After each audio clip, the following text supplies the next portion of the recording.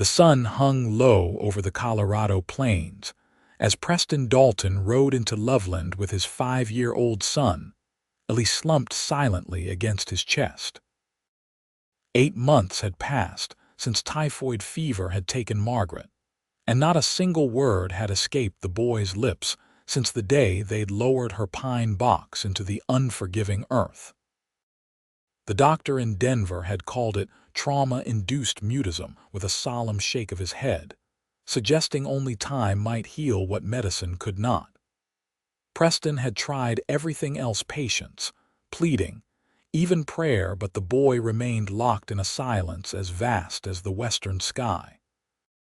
"We're almost there, son," Preston murmured, though he knew no response would come.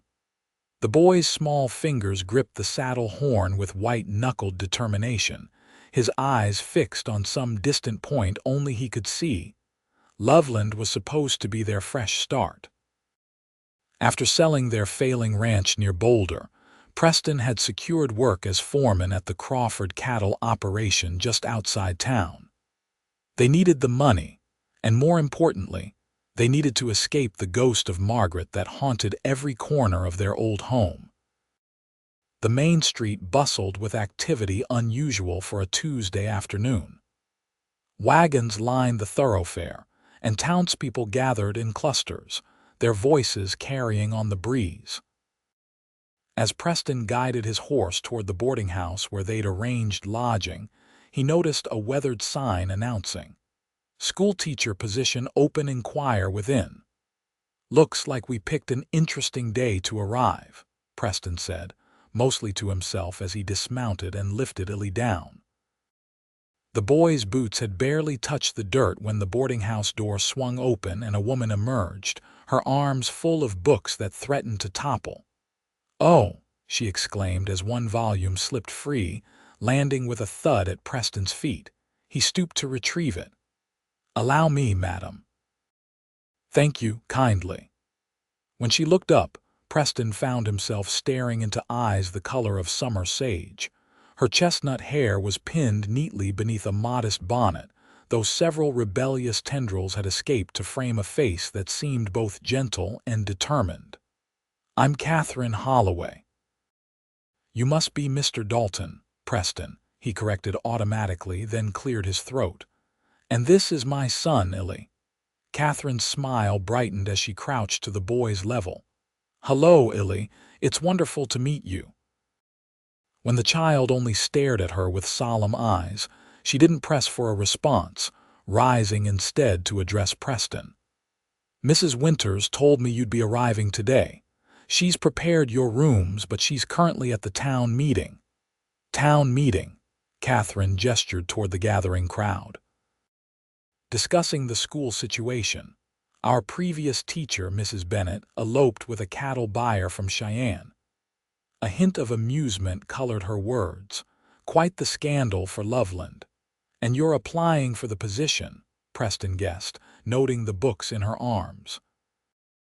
"I was the assistant teacher in Denver until," she hesitated, "until circumstances brought me here to stay with my aunt." Something in her expression suggested those circumstances weren't entirely pleasant, but her smile returned quickly. "I should be going. The meeting starts in 10 minutes and I still need to prepare." Preston found himself strangely reluctant to end the conversation. "Perhaps we could accompany you. Might do us good to meet some townspeople." Katherine's expression softened as she glanced at Ellie. "Of course." As they walked toward the town hall, Preston felt compelled to explain his son's silence. "Ellie doesn't speak, not since his mother passed last winter." Katherine's step faltered slightly. "I'm very sorry for your loss, Mr. Dalton." "Preston, please," she nodded. "Preston." Then, with a gentle voice that held no pity, only understanding, she added, "Sometimes words get trapped inside us when feelings grow too big to express." For the first time in months, Preston felt someone truly understood. Not like the whispered conversations he'd overheard in Boulder. "Poor Dalton boy, simple in the head now," or "shock turned him dumb as a fence post." Katherine spoke as if Ellie's silence was a temporary shelter, not a permanent affliction. The town hall meeting proved to be both an introduction to Loveland's citizens and an unexpected turning point. Mayor Buchanan, a rotund man with mutton chop sideburns, dominated the proceedings until Katherine rose to speak. "I propose a trial period," she said firmly after presenting her credentials. 3 months. If the school board isn't satisfied with my methods or results by then, I'll step aside with no complaints. Her confidence silenced the room. Even Ellie seemed to watch her with interest as she outlined her teaching philosophy. When a man in the back row objected to her youth, she couldn't have been more than 22 or 23. Katherine responded with such poise that Preston found himself admiring her resolve. "Youth offers energy, Mr. Hanson, and a willingness to try new approaches. Besides," she added with a smile that transformed her face, "I'm quite certain the children won't mind." The room erupted in laughter, and even the skeptical Mr. Hanson cracked a smile. By meeting's end, Katherine Holloway was Loveland's new schoolteacher, set to begin the following Monday. As the crowd dispersed, she approached Preston and Ellie with barely contained excitement. "It appears we'll be neighbors of a sort. The teacher's cottage is just behind the schoolhouse." "Congratulations," Preston said sincerely. "You'll make a fine teacher." "I hope so." Katherine crouched again to Ellie's level. "And I hope you'll be in my class, Ellie. I have books with the most wonderful adventures inside."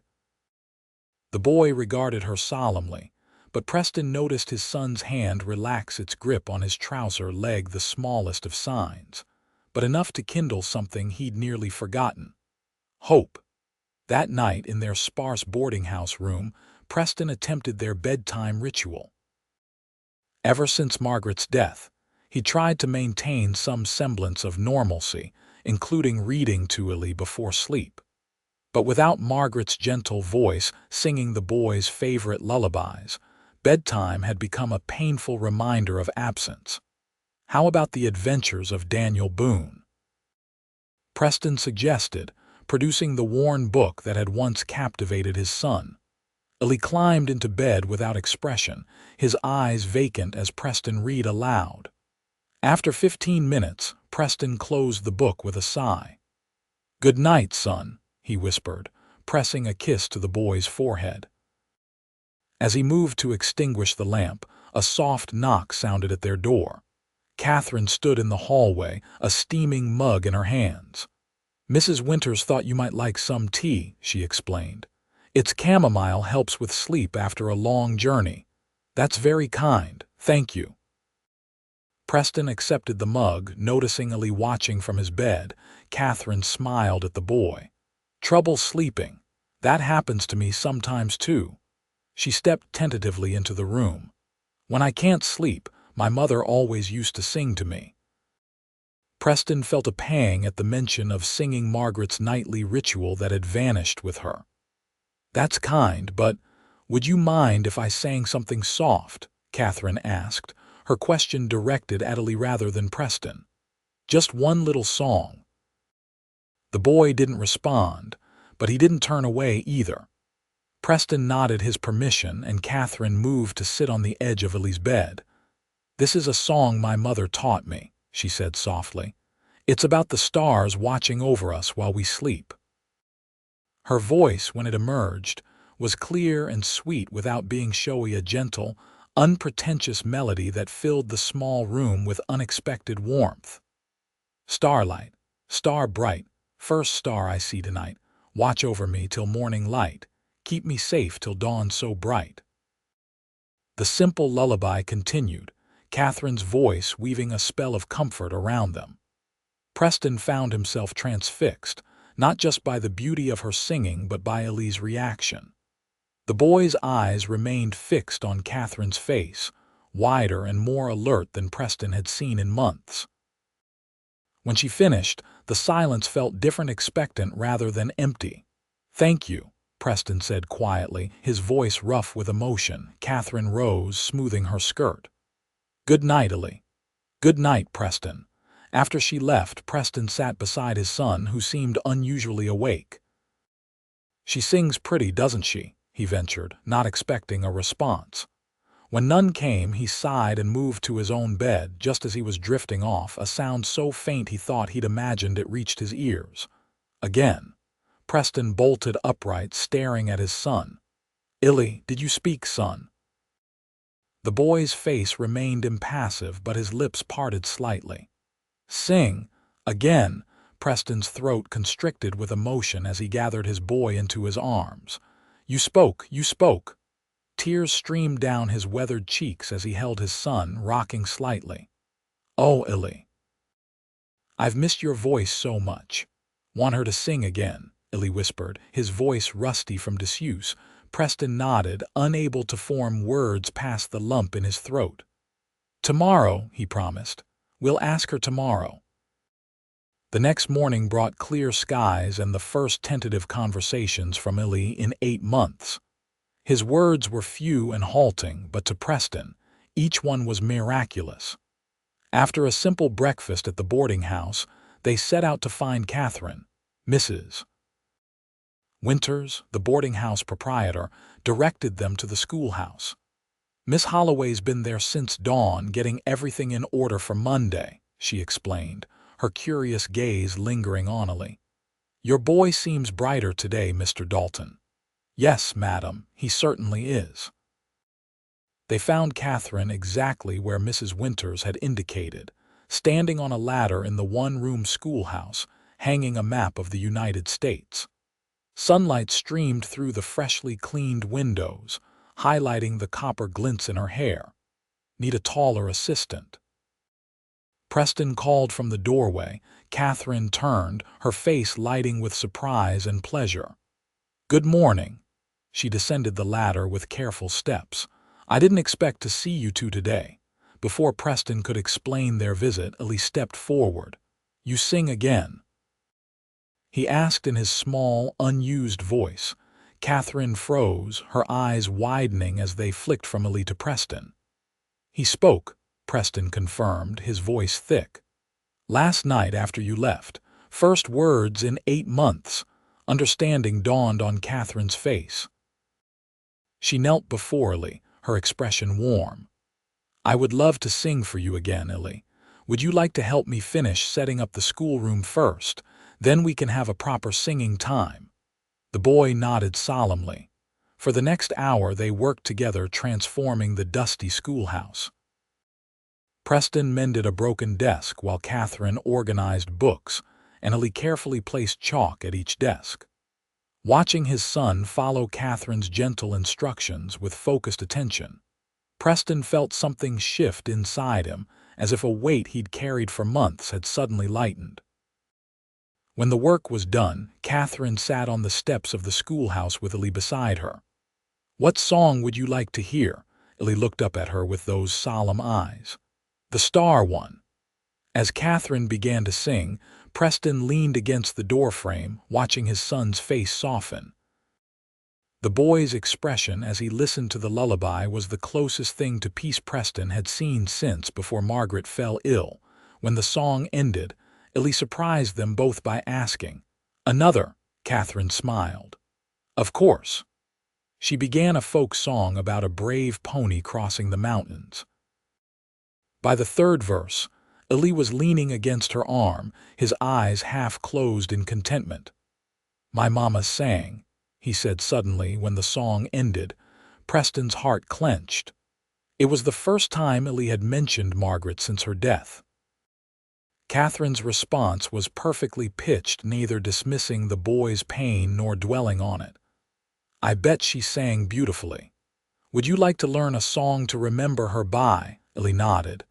"Then I'll teach you one, a special one, just for you to keep." Over the next hour, Katherine patiently taught Illy a simple melody about bluebirds and sunshine. By the time they finished, the boy had spoken more words than he had in the past 8 months combined. As they prepared to leave, Preston found himself searching for words to express his gratitude. "Miss Holloway, Katherine, I don't know how to thank you. There's nothing to thank me for," she replied, her eyes sincere. "Music sometimes reaches places words cannot. Would you?" Preston hesitated, then pushed forward. "Would you join us for dinner tonight at the hotel restaurant?" "It would mean a lot to Ellie." "And to you?" Her question was soft, almost tentative. Preston met her gaze steadily. "Yes, to me as well." The restaurant at the Loveland Hotel was the finest establishment in town, which wasn't saying much by Denver standards, but represented the height of local sophistication. White tablecloths and actual glass windows set it apart from the typical saloon fare available elsewhere. Katherine arrived wearing a dress of deep blue that brought out the flecks of gold in her green eyes. Preston found himself suddenly aware of his own appearance: the clean but worn shirt, the hastily polished boots, the stubborn cowlick that refused to lie flat despite his best efforts with water and a comb. "You look lovely," he said as he helped her to her seat. A becoming flush colored her cheeks. "Thank you." Throughout dinner, Preston learned more about Katherine's background. Born in St. Louis, she had moved to Denver with her father after her mother's death when Katherine was 16. She'd trained as a teacher, working as an assistant at the Denver Ladies' Academy until circumstances had forced a change. "My father remarried last year," she explained, her tone carefully neutral. "His new wife, well, we didn't quite see eye to eye. When my Aunt Harriet wrote that Loveland needed a teacher, it seemed like providence." "Their loss is our gain," Preston said sincerely, watching as Katherine helped Ellie cut his beefsteak into manageable pieces. "And what of you?" she asked. "How did a rancher from Boulder end up seeking work in Loveland?" Preston's hand tightened momentarily around his water glass. "After Margaret died, the ranch. I couldn't manage it alone, not with Ellie needing me. We went under." The admission stung his pride, but Katherine's expression held no judgment. "The Crawford outfit needed a foreman, and I needed a fresh start. When do you begin work?" "Tomorrow. Mrs. Winters has agreed to look after Ellie during the day until school begins." Preston glanced at his son, who was carefully arranging his peas in a line. "Though I admit I'm nervous about leaving him." Katherine's hand briefly touched his wrist. "Change is always difficult, but you're both stronger than you realize." After dinner, they walked through the town's small park, where Ellie ran ahead to examine a colony of ants with serious concentration. "He spoke more today than he has since." Preston trailed off, watching his son. "Grief affects children differently than adults," Katherine observed. "They can't always explain or understand what they're feeling." "And the singing. Why did that reach him when nothing else could?" Katherine's gaze turned distant. "After my mother died, I refused to touch the piano for months, even though she'd taught me to play. Music was too connected to her, it hurt too much." She smiled softly. "But then one day, my father started singing one of her favorite songs while he was working. Something about hearing her music from someone else's voice. It made it feel like she wasn't completely gone." Understanding dawned on Preston. "You think that's why Ellie responded to you?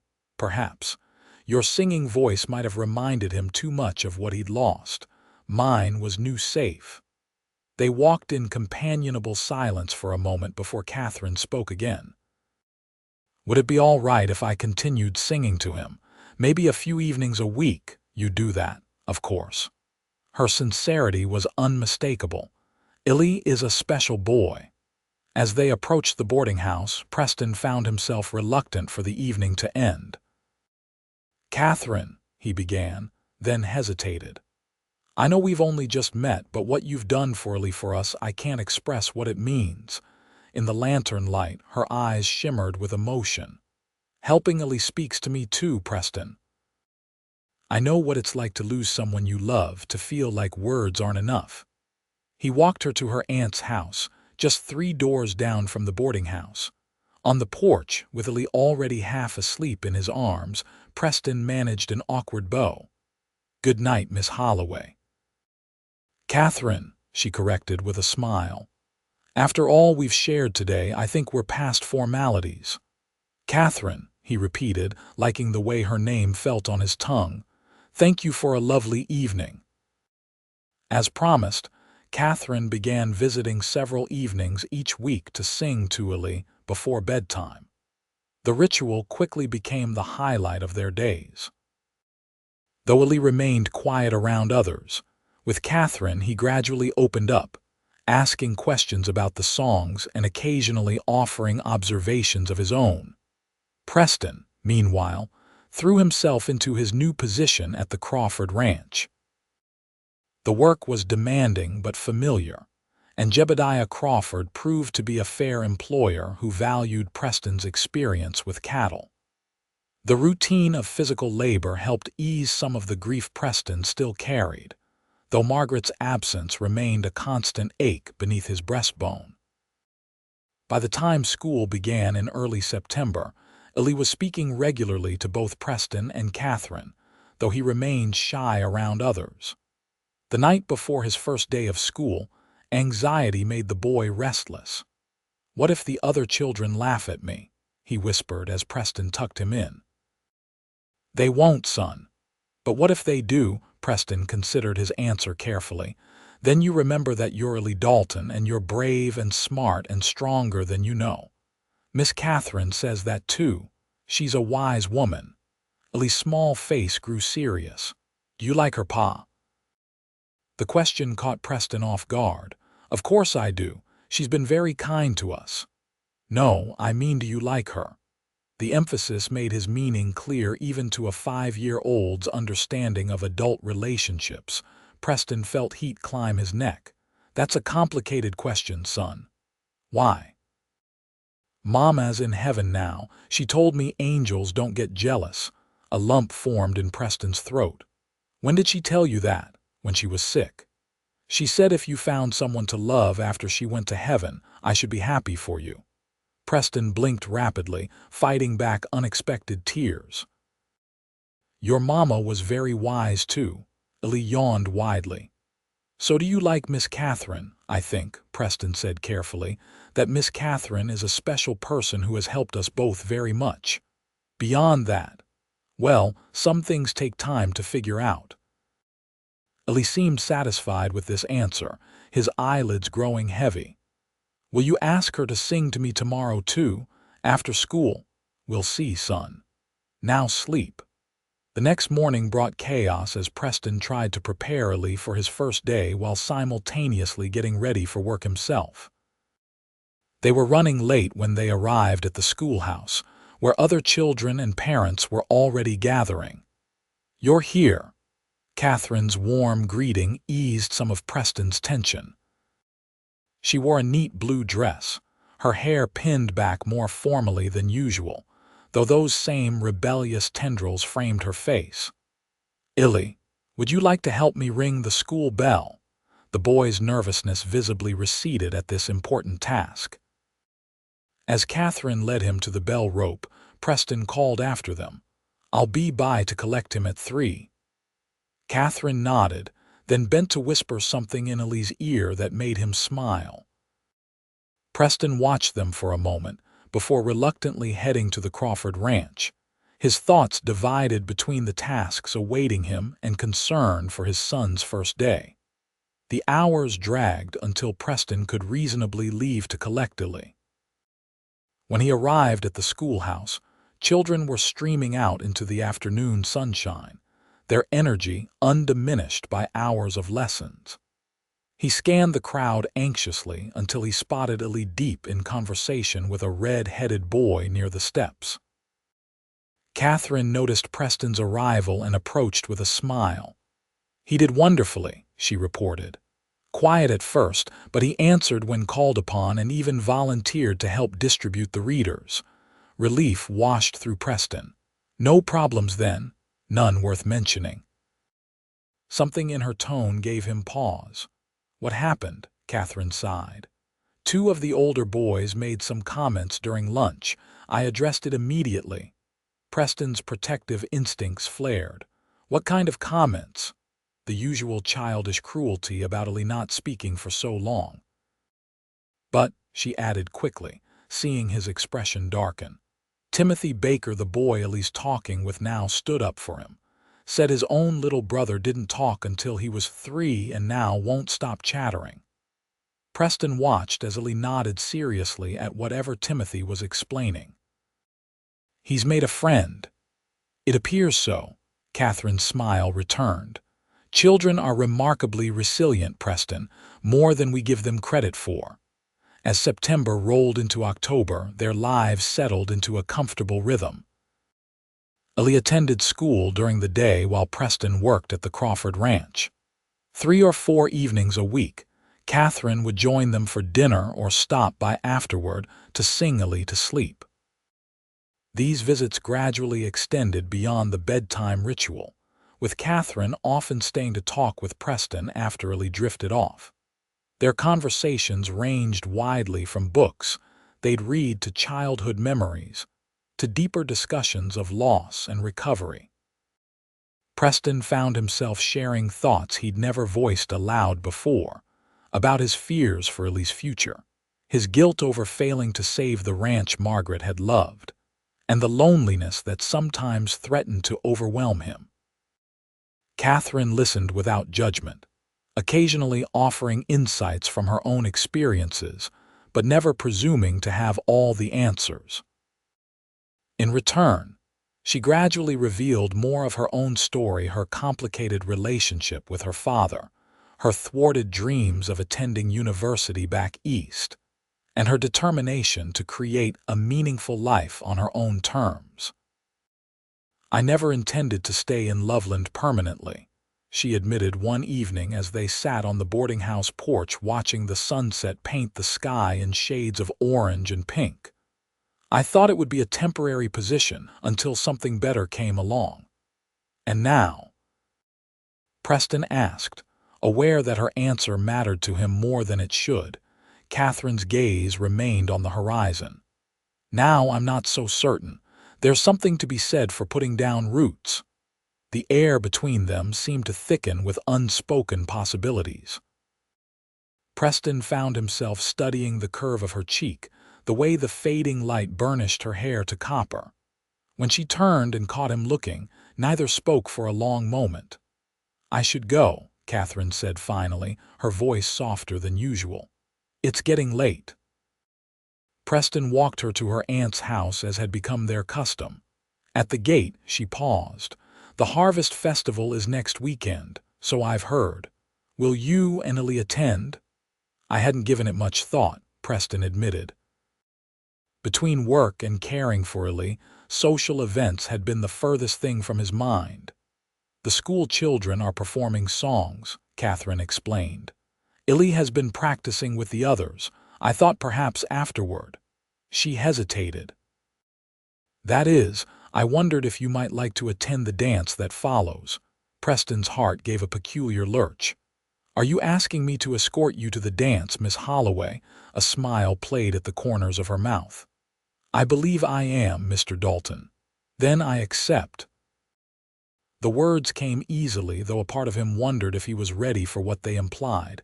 Katherine's expression brightened. Good, that's good. As she turned to go, Preston impulsively caught her hand. Katherine. She looked back, her eyes questioning. Thank you, he said simply. For everything you've done for Ellie. And for me. Her fingers tightened briefly around his. You've both done as much for me, she replied softly before slipping through the gate and disappearing into the house. The week leading up to the Harvest Festival passed in a blur of activity. Preston worked longer hours at the Crawford Ranch, where the fall roundup demanded all hands from sunup to sundown. Ellie came home from school each day with new details about the performance, though he refused to reveal the songs they would be singing. It's a surprise, Pa, he insisted when Preston tried to wheedle information from him. The morning of the festival dawned clear and cool, perfect autumn weather for an outdoor celebration. The town square had been transformed with decorations of corn husks, pumpkins, and brightly colored maple leaves. Booths lined the perimeter selling everything from apple cider to hand-knitted scarves for the coming winter. Preston and Ellie arrived early, the boy vibrating with excitement. "Miss Katherine said to meet her by the big oak tree," he reported, tugging Preston in that direction. They found her already there, looking radiant in a russet-colored dress that complemented the season. When she spotted them, her face lit with a smile that made Preston's chest tighten. "There are my favorite Dalton men," she called, crouching slightly to accept Ellie's enthusiastic hug. "Are you ready for your performance, Ellie?" The boy nodded solemnly. "I practiced extra last night. I'm certain you'll be wonderful." She straightened, meeting Preston's gaze. "And you, sir? Are you prepared to be amazed by your son's musical talents?" "Absolutely," Preston replied, noting how the sunlight brought out gold flecks in her green eyes. "Though I'm already amazed by him daily." Catherine's expression softened. "As you should be." The children's performance was scheduled for noon, giving families time to enjoy the festival activities beforehand. Preston found himself oddly content as they wandered among the booths, Ellie's hand in his and Katherine at his side. They sampled Mrs. Winter's prize-winning apple butter, applauded the blacksmith's demonstration of horseshoe making, and laughed together at the antics of a trained dog performing tricks for pennies. When Ellie spotted his friend Timothy, Preston encouraged him to go play the ring toss game with the other children, leaving him and Katherine momentarily alone. "He seems so different from the boy who arrived in Loveland 2 months ago," Katherine observed, watching Ellie laugh at something Timothy said. "Thanks to you." She shook her head. "No, Preston. The strength was always in him. He just needed time and understanding to find his voice again." "You gave him both." Katherine turned to face him fully. "Perhaps, but you provided the foundation. Your love and patience gave him the security to heal." She hesitated. "You're a remarkable father." Something in her tone made Preston wonder if there was more she wanted to say. But before he could pursue it, the town bell rang, signaling it was time for the children's performance. Parents and townspeople gathered around the small stage erected in the center of the square. Katherine excused herself to organize her pupils, while Preston found a spot with a clear view. Mayor Buchanan made a brief speech praising the new schoolteacher and the progress the children had made under her guidance before introducing the performance. 20 children of various ages filed onto the stage, arranged in neat rows with the smallest in front. Ellie stood in the second row, looking serious and slightly nervous until he spotted Preston in the crowd. A small smile flickered across his face as Preston gave him an encouraging nod. Katherine stepped forward to introduce their first song, a patriotic number about the beauty of America that had the audience nodding appreciatively. The children's voices blended sweetly, if not always perfectly in tune, but what they lacked in polish they made up for in enthusiasm. For their second piece, Katherine announced a folk song about harvest time. As the children began to sing, Preston noticed something remarkable. Ellie's voice, clear and true, rose above the others during one particular verse. Katherine had given him a solo, and the boy was performing it with surprising confidence. Emotion swelled in Preston's chest as he watched his son, remembering the silent, grief-stricken child who had arrived in Loveland just months before. The transformation seemed nothing short of miraculous. The audience burst into applause when the song ended, with several people turning to Preston with approving smiles and nods. Pride warmed him from within as the performance continued. For their final number, Katherine stepped back and allowed a student, one of the older girls, to announce, This last song is dedicated to all the parents who love us and take care of us, especially those who, like Elise Pa, do it all on their own. Preston felt a flush rise to his face as several people glanced his way. Before he could process his embarrassment, the children began a sweet, simple melody about family bonds that transcend hardship and distance. The lyrics spoke of love enduring through storms and sunshine, in good times and bad. By the final verse, Preston found himself blinking back tears. When the song ended, the crowd's applause was thunderous. Parents surged forward to collect their children, offering congratulations and hugs. Preston made his way to Ellie, who was practically glowing with pride. "Did you hear me, Pa?" "Did you hear my special part?" the boy asked as Preston lifted him into a fierce embrace. "I sure did, son. You were magnificent." "Miss Katherine said I have a gift," Ellie reported, his small chest puffing with importance. "She's right about that." Preston set the boy down as Katherine approached, her face flushed with the success of the performance. "What did you think?" she asked, her eyes seeking Preston's approval. "It was beautiful," he said sincerely. "All of it, especially that last song." A hint of color rose in her cheeks. "I hoped you wouldn't mind the dedication." "Mind, Katherine?" Preston paused, suddenly aware they were surrounded by townspeople. It meant a great deal, to both of us. The afternoon passed in a pleasant blur of festival activities. Ali participated in sack races and apple bobbing, proudly bringing his ribbon for third place to show Preston and Katherine. As the sun began to set, lanterns were lit around the square and the musicians began tuning their instruments for the evening dance. "Aunt Harriet has offered to take Ali for the night," Katherine mentioned as they watched the fiddlers warm up. "If that's agreeable to you." Preston glanced at his son, who was already yawning despite his protests that he wasn't tired. "That's very kind of her. Are you sure it's no trouble?" "None at all. She's quite fond of him." With Ali safely delivered to Katherine's aunt, Preston found himself unexpectedly nervous as they returned to the town square. The dancing had already begun, couples twirling to a lively reel while others clapped in time from the sidelines. "Would you care to dance?" he asked, offering Katherine his arm. Her smile was answer enough as she placed her hand in the crook of his elbow. "I should warn you, I'm not particularly accomplished." "That makes two of us," Preston admitted. "Margaret always said I had two left feet." The mention of his late wife slipped out naturally, and for once, it didn't bring the usual stab of pain. Katherine seemed to understand the significance of this, her expression warm as she squeezed his arm gently. "Then we'll be unaccomplished together," she said lightly.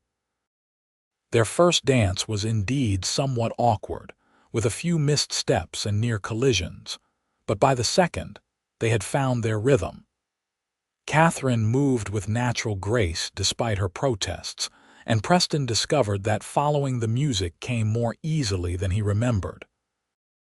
As the evening progressed, they alternated between dancing and conversation, pausing occasionally for refreshments or to greet townspeople. Preston noticed several approving glances directed their way, along with a few whispered comments that made him wonder how obvious his growing feelings for Katherine had become to others. When the band struck up a slower waltz, Preston hesitated only briefly before extending his hand. Katherine stepped into his arms with a trust that humbled him, allowing him to guide her in the more intimate dance. The gentle pressure of her hand in his, the subtle scent of lavender that clung to her hair, the warmth of her body so close to his all combined to create a heady sensation he hadn't experienced in years. "You're quiet," she observed as they moved together beneath the starlit sky. "Just thinking." "About?" Preston considered deflecting the question but found himself answering honestly instead. "About how unexpected life can be. 3 months ago, I couldn't imagine ever feeling." He trailed off, uncertain how to complete the thought without revealing more than he was ready to express. Catherine's eyes searched his face. Feeling what? The music swelled around them as Preston gathered his courage. Hope, he said finally. I couldn't imagine feeling hope again, or joy. You've brought both back into our lives, Katherine. Her steps faltered slightly, but Preston tightened his hold, keeping them in rhythm. I've simply been a friend when you needed one, she demurred. You've been far more than that, to Ellie and to me. The dance ended before she could respond, the musicians announcing the final number of the evening. As couples positioned themselves for the last dance, Katherine took Preston's hand and led him away from the crowd, toward a quieter corner of the square where lantern light gave way to shadow. Preston, she began once they were relatively private, I need to tell you something. A flicker of anxiety passed through him at her serious tone. What is it? Katherine took a deep breath. I received a letter yesterday from the Denver Ladies' Academy. The headmistress has offered me a position for the spring term, a significant advancement from my previous role there. Preston felt as if the ground had shifted beneath his feet. I see. He struggled to keep his voice neutral. That's a wonderful opportunity. Yes, she agreed, though her expression remained troubled. It's what I worked toward for years. When would you need to leave? After Christmas. Catherine's eyes never left his face. The new term begins in January. Preston nodded, trying to imagine Loveland to imagine their lives without her. The prospect left a hollow feeling in his chest. Ellie will be devastated, he said, knowing he spoke for himself as well. I haven't accepted yet. Hope flickered, fragile but persistent. Why not? Catherine's gaze dropped to their still joined hands. Because in these past months, Loveland has become more than just a temporary haven. The school, the children, they matter to me. She raised her eyes to his again. You and Ellie matter to me. The admission hung between them, charged with significance. Preston knew his response could alter the course of all their lives. Katherine, he began carefully, I won't pretend I want you to leave. The thought of it. He shook his head. But I can't ask you to give up an opportunity you've worked so hard to achieve. You're not asking, she pointed out. I'm telling you that I'm uncertain what I want now. Preston stepped closer, eliminating the careful distance between them. What would help you decide? Catherine's breath caught audibly. I need to know if what I believe we both feel is real enough to build a future on. The directness of her words both startled and moved him. This was the Katherine he had come to admire, forthright and courageous even when vulnerability would be easier to hide. It's real, Preston said softly. At least for me, it's very real. With gentle deliberation, he raised his hand to her cheek. When she leaned into his touch rather than pulling away, Preston gathered his courage and slowly, giving her every chance to withdraw, lowered his lips to hers. The kiss was tentative at first, a question more than a declaration. But when Catherine's arms slipped around his neck, Preston deepened the embrace, pouring months of unspoken feelings into the connection between them. When they finally parted, both slightly breathless, Catherine's eyes remained closed for a moment longer, as if preserving the sensation. When she looked at him again, her smile held a new certainty. I believe, she said softly, I may need to write to the Denver Ladies' Academy tomorrow. Relief and joy mingled in Preston's chest. To decline their offer, to inform them I've found where I belong. The weeks that followed the Harvest Festival brought changes both subtle and profound to their lives. Preston and Katherine moved cautiously but deliberately toward a deeper relationship, mindful of both Ellie's feelings and the watchful eyes of the small town. Their courtship followed a pattern established in those first months: shared meals, evening walks, and continued bedtime songs for Ellie, but now included stolen kisses and honest conversations about their hopes for the future. Katherine formally declined the Denver position and threw herself into expanding Loveland's educational offerings, including evening classes for adults who wished to improve their reading and writing skills. Preston, meanwhile, proved his worth at the Crawford Ranch, implementing new methods that increased productivity enough for Jebediah Crawford to offer him a partnership rather than merely a foreman's position. The financial security this provided allowed Preston to begin making plans he'd previously considered impossible. In early December, with Christmas approaching, Preston took Illy on a mysterious errand, swearing the boy to secrecy. "We need to find something special for Miss Katherine," he explained as they rode toward the larger town of Fort Collins. "Something that shows how much she means to us." Illy considered this seriously. "Are you going to marry her, Pa?" The directness of the question momentarily flustered Preston. "Would you like it if I did?" The boy nodded without hesitation. "She makes you smile again, and she sings real pretty." "Those are excellent reasons," Preston agreed, touched by his son's simple wisdom. In Fort Collins, they visited several shops before finding exactly what Preston sought: a delicate silver locket with a design of intertwined leaves. The jeweler engraved it while they waited, adding a simple message inside that made Illy nod with solemn approval when Preston showed him. The night before Christmas Eve, Preston invited Katherine to dinner at the hotel restaurant, arranging with Mrs. Winters to watch Illy for the evening.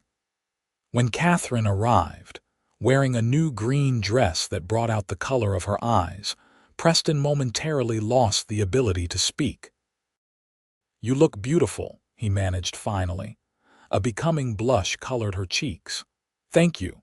You're quite handsome yourself." Dinner passed in pleasant conversation, though Preston found himself increasingly nervous as the meal progressed. By dessert, Katherine had noticed his distraction. "Is something troubling you?" she asked as they shared a slice of apple pie. "Not troubling exactly." Preston set down his fork. "Katherine, there's something I want to ask you." Her expression grew serious. "Yes. These past months with you have been—" He paused, searching for adequate words. "You've brought light back into our lives when I thought the darkness might be permanent. You've helped Illy find his voice again, and you've helped me remember what it feels like to look forward to tomorrow." Katherine's eyes glistened in the candlelight. "Preston." He reached across the table to take her hand. "I know it hasn't been very long, and if you think we're moving too quickly, I understand. But I've learned that life is unpredictable, and when you find something precious, you shouldn't wait to acknowledge it." From his pocket, Preston withdrew a small velvet box. Katherine's free hand flew to her mouth as he opened it to reveal the silver locket. "This isn't exactly what you might be expecting," he said with a small smile, noting her momentary confusion. "The question I want to ask." "Well, I believe Illy should be present for that one. But this is a promise, Katherine. A promise that I love you, and that when the time is right, whenever that feels right to you, I want to build a life with you." Tears spilled onto Katherine's cheeks as she gazed at the locket. "It's beautiful." "Look inside," Preston urged softly. She carefully opened the silver heart to reveal the inscription, "To the one who taught us to sing again." A small sob escaped her as she read the words. "Oh, Preston." He moved around the table to kneel beside her chair, taking both her hands in his. "I love you, Katherine Holloway. I think perhaps I have since that first night you sang to my son." Katherine's smile bloomed through her tears. "And I love you, Preston Dalton. You and Illy both." The following evening, Christmas Eve, found them gathered in the parlor of Katherine's aunt's house, where a small pine tree sparkled with candles and paper ornaments made by Illy and his classmates. The boy was practically vibrating with excitement, having been entrusted with Preston's secret plan. After a festive dinner and the exchange of modest gifts, Preston nodded subtly to his son. Ellie solemnly retrieved a package from beneath the tree and presented it to Katherine. "This one's special," he announced importantly. Katherine accepted the carefully wrapped gift with a questioning glance at Preston, who merely smiled in response. Inside the package, she found a leather-bound book of children's songs, beautifully illustrated and clearly expensive. "It's lovely," she exclaimed, genuinely pleased though obviously confused about its significance as the special gift. "Look at the last page," Ellie instructed, barely containing his excitement. Katherine turned to the back of the book, where she found a folded piece of paper tucked into the binding. As she unfolded it, Preston moved to kneel before her, just as he had in the restaurant the previous evening, but this time with a different small box in his hand. The note, written in Preston's careful hand, reads simply, "Will you sing with us for the rest of our lives?"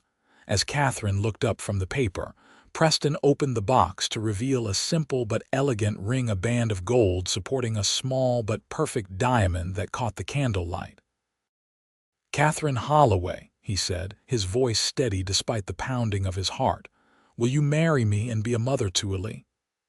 Will you make a family with us?" For a breathless moment, Katherine stared at the ring, then at Preston, and finally at Ellie, who watched with wide, hopeful eyes. Then she slid from her chair to kneel on the floor across from Preston, bringing herself to eye level with both Dalton men. "Yes," she whispered, her voice thick with emotion. "Yes to both of you, to all of it." Preston slipped the ring onto her finger with hands that trembled slightly, then pulled her into an embrace that Ellie quickly joined, creating a circle of arms that felt like the most perfect expression of family Preston could imagine.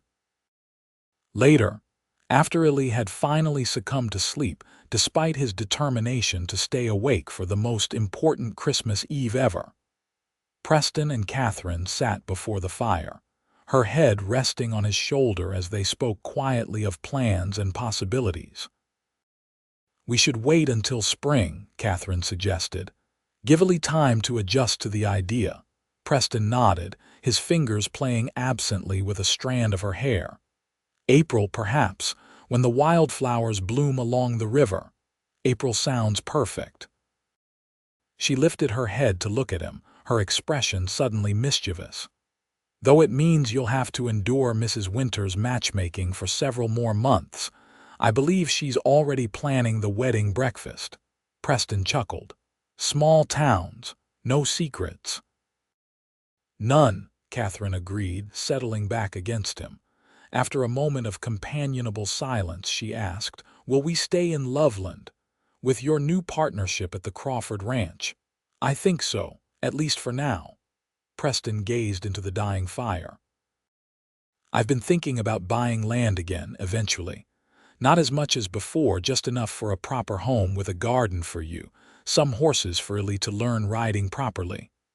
"That sounds wonderful." Katherine's voice held a wistfulness that made Preston tighten his arm around her. "A real home."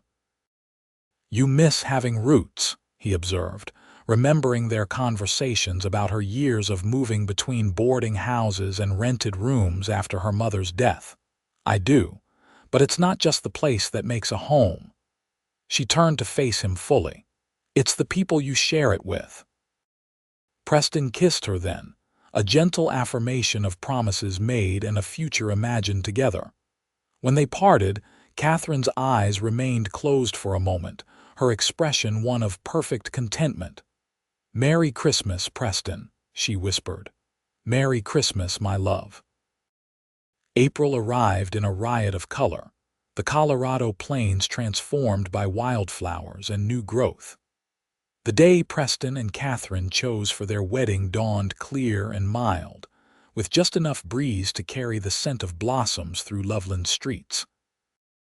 The ceremony took place in the town's small church, filled to capacity with townspeople who had watched their love story unfold. Jebediah Crawford stood as Preston's best man, while Katherine's Aunt Harriet served as her matron of honor. But the most important role belonged to Illy, who proudly carried the rings on a small velvet cushion, his face solemn with the responsibility, until he caught Preston's wink and broke into a grin that lit the entire sanctuary. Katherine wore a gown of cream-colored silk, simple but elegant, with sprigs of wildflowers in her hair instead of a formal veil. When Preston saw her walking down the aisle toward him, his heart seemed to stop, then restart with a different rhythm, as if synchronizing itself to a new time signature that would govern the rest of his life. Their vows were traditional but spoken with profound sincerity, each word weighted with the understanding of loss overcome and joy rediscovered. When the minister pronounced them husband and wife, Preston kissed his bride with a reverence that brought tears to more than a few eyes in the congregation. But the moment that would live forever in Preston's memory came after the formal ceremony, when Katherine knelt before Illy with a small package in her hands. "Illy," she said softly, "today I became your father's wife, but I want you to know that I'm making promises to you too." She handed him the package. "This is for you."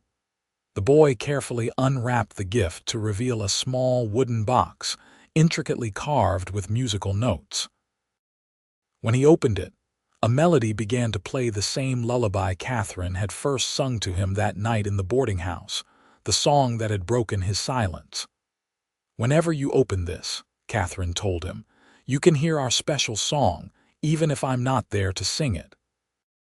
It's a promise that I will always be your mother in my heart, just as your first mother will always be watching over you from heaven." Illy's eyes widened as he listened to the music box play. Then, with a sudden movement that surprised them both, he threw his arms around Katherine's neck in a fierce embrace.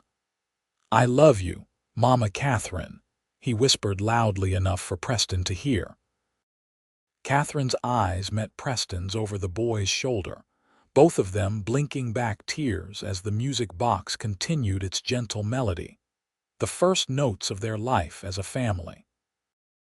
The reception that followed was a joyful affair held in the town square, with tables laden with food contributed by every family in Loveland. As the afternoon lengthened into evening, lanterns were lit and the dancing began, with Preston and Katherine leading the first waltz to the approval of all present. Later, as they circulated among their guests, Preston found himself pulled aside by Jebediah Crawford. "Got something for you, son," the older man said gruffly, pressing a folded document into Preston's hand. "Wedding present, you might say." Preston unfolded the paper to find a deed for 50 acres of prime land just north of town, bordering Crawford's own property. He looked up in astonishment. "Jeb, this is too generous," Crawford shook his head. "Been meaning to sell that parcel anyway. Consider it an investment in our partnership." He clapped Preston on the shoulder. "Build that home you've been talking about, good land for a family to grow on." By the time Preston found Katherine to share the news, she was deep in conversation with Mrs. Winters and several other women, all offering advice for married life that made her cheeks flush prettily. He waited for a break in their counsel before drawing her away. "We have land," he told her, showing her the deed. "Enough for that house with a garden and horses for Illy, and maybe—" He hesitated, then finished softly, "maybe room for more children someday." Katherine's eyes brightened at the possibility. "I'd like that very much." As the celebration continued around them, Preston found moments to observe his new family from slight distances, Katherine teaching Illy and several other children a dancing game, Illy proudly showing his music box to Timothy Baker, the two of them together accepting congratulations from townspeople who had become friends over the past months. In these quiet moments of watching, Preston felt the last lingering shadows of grief recede, replaced by a profound gratitude for the unexpected path his life had taken. The pain of losing Margaret would never completely vanish, but it had transformed into something he could carry without being crushed beneath its weight. Late in the evening, as the reception began to wind down, Preston found Katherine at the edge of the dance floor, watching Ellie, who had fallen asleep in Aunt Harriet's lap, despite his determination to stay awake until the very end. "Shall we collect our son and begin our life together?" Preston asked, offering his arm. Katherine slipped her hand into the crook of his elbow, her new ring catching the lantern light. "Yes," she said simply. "Let's go home." In the years that followed, the Daltons built not just a house but a true home on their 50 acres north of Loveland. The structure itself was modest but well crafted, with a wide porch where Katherine could sit and grade papers in the afternoons while watching Ellie, and eventually, his younger siblings play in the yard. Their daughter Emma arrived a year after the wedding, followed 2 years later by twin boys, James and William, who kept the household in constant motion with their energy and mischief. Through it all, music remained a central part of their family life, with Katherine teaching each child to sing and eventually to play the piano she'd insisted on bringing all the way from Denver, despite the logistical challenges. Illy, growing tall and thoughtful as he approached adolescence, never forgot the silence that had once enveloped him, though the memories of that dark time gradually softened. On the anniversary of his birth mother's death each year, the family would visit her grave in Boulder, leaving wildflowers and singing the lullabies Margaret had loved, a tradition Katherine established to honor the woman whose absence had first brought them together. Preston's partnership with Jebediah Crawford prospered, allowing them to expand their holdings and eventually establish one of the most successful cattle operations in northern Colorado. Katherine continued teaching at the Loveland school until the twins were born, then established a small classroom in their home where she tutored children who needed extra attention or advanced instruction. Life brought its share of hardships, droughts that threatened the cattle, illnesses that kept them awake through long nights of worry, the normal conflicts and challenges of family life. But through it all, Preston and Katherine faced each difficulty together, their bond strengthening with each obstacle overcome. On their 10th wedding anniversary, after the children had been tucked into bed with special stories and songs, Preston and Katherine sat together on their porch, watching the stars emerge above their land. "Do you ever wonder," Preston asked, his arm around her shoulders, "what might have happened if you'd accepted that position in Denver?" Katherine considered the question seriously. "Sometimes. I might have had a different life, perhaps more prestigious in some ways. You regret your choice?" She turned to him with the same direct gaze that had first captivated him years before. "Not for a single moment. This life, our life, is everything I never knew to wish for." She nestled closer against him. "What about you? Do you ever wonder what might have been if you'd stayed in Boulder?" Preston shook his head. "I couldn't have stayed, not then." He pressed a kiss to her temple. "But coming to Loveland was the best decision I never planned to make." They sat in companionable silence for a while longer before Katherine spoke again. "Preston, sing with me." That first song I taught Ellie. Without hesitation, Preston joined his voice with hers, their harmonized melody drifting up toward the star-filled sky. "Starlight, star bright, first star I see tonight, watch over me till morning light, keep me safe till dawn so bright." From inside the house came the sound of small feet on wooden floors, and soon 4 faces peered through the door. Ellie, now almost 16, holding 3-year-old William's hand, while Emma, 8, carried sleepy James on her hip. "We heard singing," Emma explained unnecessarily. Katherine opened her arms. "Come join us, then." The children spilled onto the porch, arranging themselves around their parents in a familiar huddle. As they began the song again, Preston looked around at the family he and Katherine had created, these lives intertwined by love and choice rather than merely by blood, and felt a fullness in his heart that no words, not even those set to music, could adequately express. This was their greatest composition, a family that had learned to sing again after silence, a harmony created from individual voices that had found each other against all odds in a small town called Loveland, under the vast Colorado sky.